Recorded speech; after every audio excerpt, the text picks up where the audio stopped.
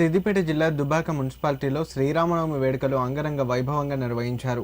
మున్సిపాలిటీలోని చేర్వాపూర్ 6వ వార్డులో మూర్తి శ్రీనివాసరెడ్డి, గడీల రామరెడ్డి కుటుంబాల ఆధ్వర్యంలో శ్రీ సీతారామాంజనేయ స్వాముల విగ్రహాల ఊరేగింపు కార్యక్రమం ఘనంగా జరిగింది.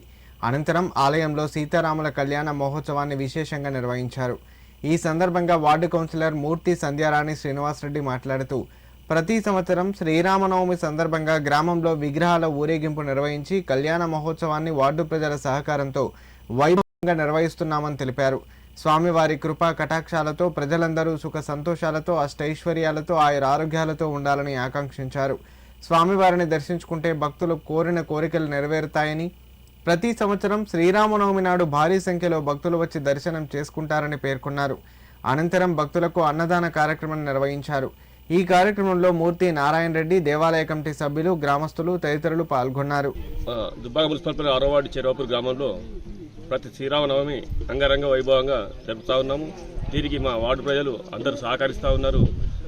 అన్నదానం చేసుకుంటూ ప్రతి సంవత్సరం ఇలాగే సేవ చేసుకుంటూ ఈ అంగరంగ వైభవంగా అన్నదానము మరియు అన్ని కార్యక్రమాలు స్వామివారి కార్యక్రమం ఉంటుంది, కళ్యాణం ఉంటుంది. ఈ కళ్యాణానికి ఊరందరూ వచ్చి పక్కపటి విలేజ్ కూడా వచ్చి పాల్గొంటారు.